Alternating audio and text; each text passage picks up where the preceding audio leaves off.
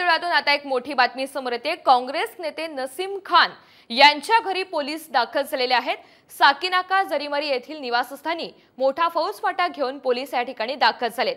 आज पंतप्रधान नरेंद्र मोदी यांच्या बीकेसी मधील सभास्थळी काँग्रेस नेते मूक आंदोलन करणार होते आणि आंदोलनापासून रोखण्यासाठी मुंबईमधील काँग्रेसच्या अनेक नेत्यांच्या घरी सध्या पोलीस दाखल झालेले आहेत।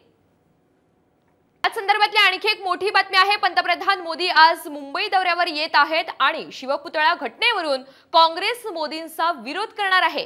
याच पार्श्वभूमीवर पोलिसांनी बंदोबस्तात वाढ केली आहे, तर पोलीस काँग्रेस कार्यकर्त्यांना डांबून ठेवत असल्याचा आरोप काँग्रेस खासदार वर्षा गायकवाड यांनी केला आहे। या संबंधी एक व्हिडिओ त्यांनी ट्विट केलेला आहे।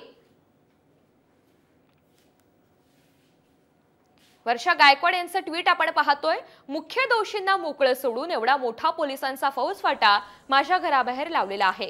काँग्रेस कार्यकर्त्यांनी कारागृहात त्यांना डांबून ठेवण्यात आलाय।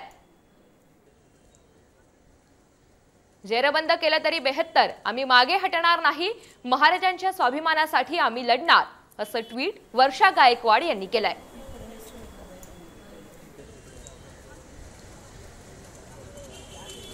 तर एकीकडे आपण पाहतोय पंतप्रधान नरेंद्र मोदी यांचा मुंबई दौरा पार पडत असतानाच या दौऱ्याच्या पार्श्वभूमीवर दुसरीकडे काँग्रेस नेत्यांच्या घराबाहेर पोलिसांचा हा फौजफाटा तैनात करण्यात आलेला आहे। काँग्रेस खरं तर आंदोलन करण्याच्या तयारीत आहे आणि याच सगळ्याच्या पार्श्वभूमीवर आता पोलिसांनी विशेष खबर